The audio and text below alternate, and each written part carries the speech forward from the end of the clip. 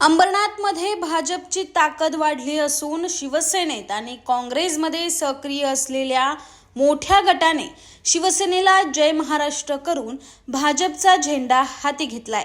पवन वाळेकर, मीना वाळेकर, चंद्रकांत मोटे, प्रकाश वाळुंज, आकाश वाळेकर, रवींद्र पवार, ज्योती डोंगरे, पंकज उपाध्याय, सारिका वाळुंज तर काँग्रेसमधील बबलू सिंग, लक्ष्मीकांत सिंग यांनी आपल्या सर्व समर्थकांसह शक्ती प्रदर्शन करत हजारो नागरिकांच्या उपस्थितीत भाजपमध्ये प्रवेश केलाय.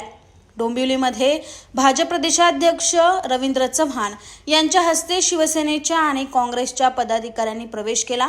या प्रवेशामुळे अंबरनाथमधील राजकारणात मोठी खळबळ उडाली असून शिवसेना शिंदे गटाला आगामी पालिका निवडणुकीत मोठा धक्का बसणार आहे. दुसरीकडे या नव्या शक्तीमुळे भाजपला नगरपालिका निवडणुकीत नवसंजीवनी मिळाली आहे.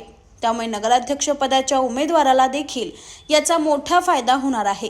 भाजपकडून तेजश्री विश्वजित करंजुले या नगराध्यक्ष पदासाठी निवडणुकीच्या रिंगणात आहेत. शिवसेना आणि काँग्रेस पदाधिकाऱ्यांनी केलेल्या प्रवेशामुळे तेजश्री करंजुले पाटील यांना मोठं पाठबळ मिळालं आहे. आगामी निवडणुकीत भाजपला अंबरनाथमध्ये मोठं यश मिळेल असा विश्वास लोकनेते गुलाबराव करंजुले पाटील यांनी व्यक्त केला. शहरात निवडणुकीच्या पार्श्वभूमीवर घडणाऱ्या घडामोडींमुळे निवडणुकींमध्ये राजकीय पक्षात चांगलीच चुरस पाहायला मिळणार आहे.